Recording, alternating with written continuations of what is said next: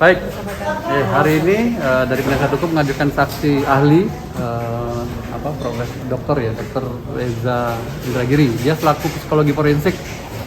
Nah tadi yang sama seperti ahli-ahli sebelumnya mengungkapkan pendapat dia terkait disiplin ilmu yang dia miliki. Jadi tadi ada beberapa poin yang kita malah bersyukur ada pencerahan dari ahli ini menerangkan ya terkait pelaku, korban, bagaimana psikologi korban, bagaimana psikologi pelaku terkait peristiwa pidana yang terjadi. Gitu. Pak, tapi tadi kan ada yang disampaikan kalau misal keterangan dari saksi ini tidak kuat maka dakwaannya bisa batal gitu. Bukan gimana, kapasitas Pak? ahli psikologi yang bukan kapasitas ahli yang menilai itu. Dia cuma memberikan pendapat. Jadi tadi pendapat kalau misalnya mau keterangan saksi yang disampaikan itu bagaimana seperti apa sih keterangan saksi itu bukan direkayasa palsu gitu. Tapi bukan domain ahli ini yang menilai. Nanti hakim yang menilai. Ya. Pak, tapi dalam proses sidang ini seberapa penting dari keterangan saksi daripada alat bukti yang lain, Pak? Ahli itu salah satu alat bukti di 184 KUHP. Jadi alat bukti di KUHP itu ada saksi, keterangan ahli, surat, petunjuk, dan terdakwa. Jadi dia salah satu alat bukti kalau memang dia nanti menguatkan atau melemahkan, itu saja. Jadi pendapatnya yang diminta. Dia sifatnya netral, tidak berpihak kepada PH, tidak berpihak kepada penuntut umum, mengumumkan pendapat. Jadi apa pertanyaan penasihat hukum, pertanyaan penuntut umum ya sama saja. Oke, sejauh ini JPU tetap yakin ya Pak? Iya, kita tetap yakin. Ya. Oke, karena banyak tadi poin-poin yang dia terangkan terkait relasi kuasa. Jadi pelaku-pelaku asusila itu seringkali menggunakan powernya. Jadi menggunakan powernya untuk melakukan penekanan dan sebagainya, melakukan tindak pidana. Gitu. Oke, yuk, terima kasih ya. Udah tadi kan? Belum. Mana giliran abang ini? Hasil sekali bagaimana? Persidangan hari ini saksi ahli psikologi forensik Bapak Reza Indragiri Amril, di mana beliau memberikan pandangan-pandangan soal saksi korban di dalam kasus kekerasan seksual itu seperti apa sejatinya dan bagaimana perilaku, bahwa ada juga sebuah perilaku di mana orang yang sebenarnya pelaku dalam konteks dia sebenarnya yang jahat tapi bisa berubah posisi menjadi korban gitu loh. Itu secara psikologi forensik juga bisa ditelusuri. Contohnya adalah misalnya dia mencatat banyak orang nama tapi orang-orang tersebut ternyata tidak terkait, tidak terlibat gitu ya.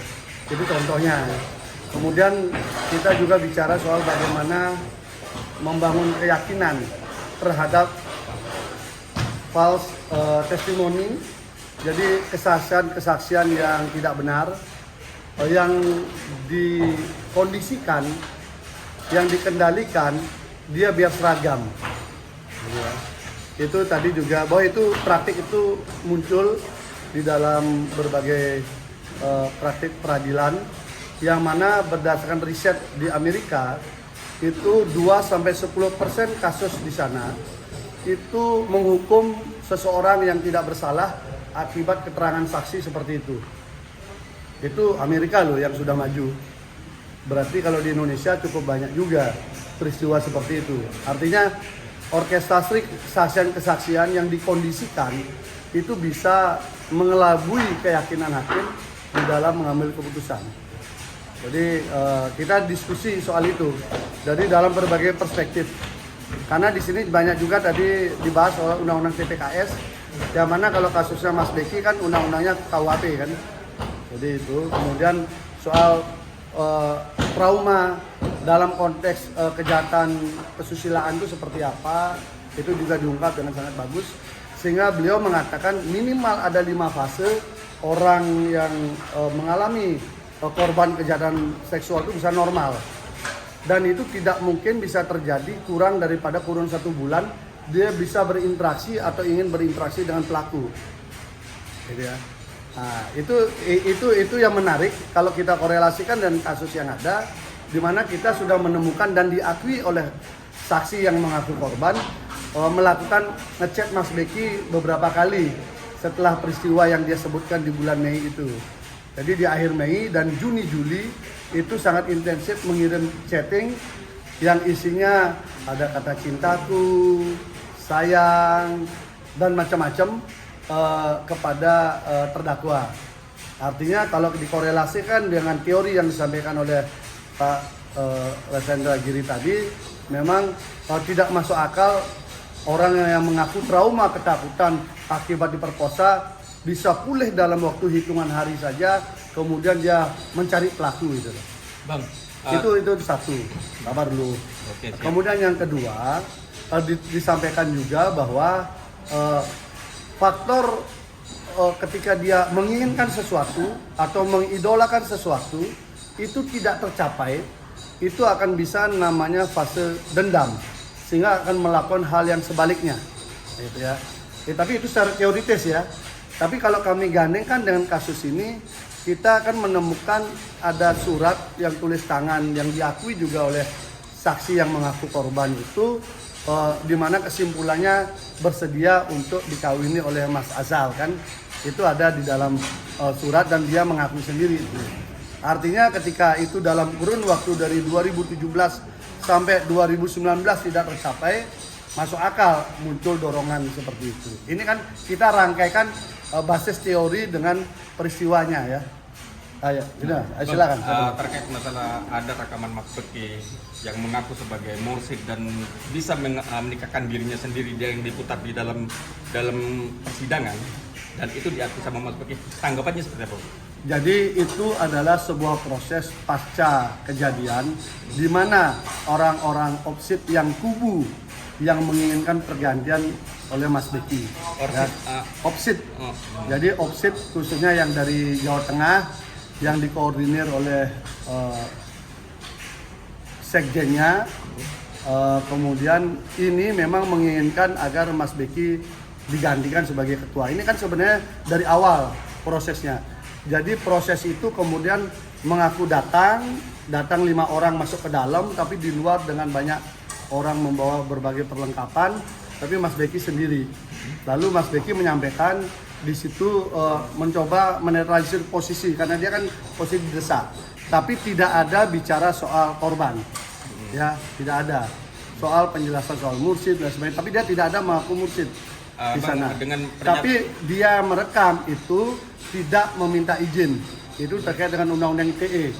Makanya akhirnya antar satu dengan yang lain saksi saling melempar siapa yang merekam, gitu loh, gitu ya. Sehingga ini kesulitan kami.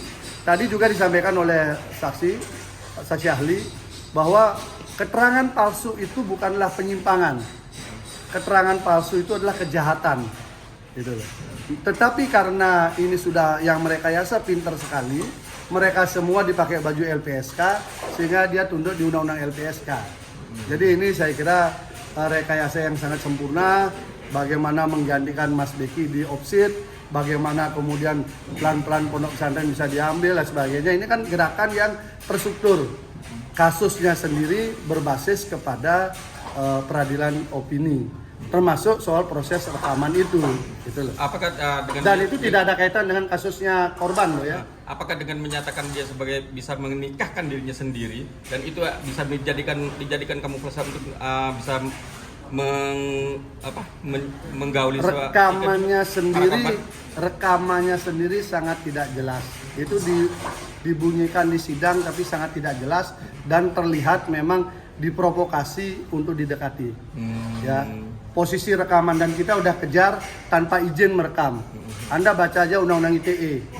Gitu ya. Baca aja undang-undang ITE, boleh nggak itu?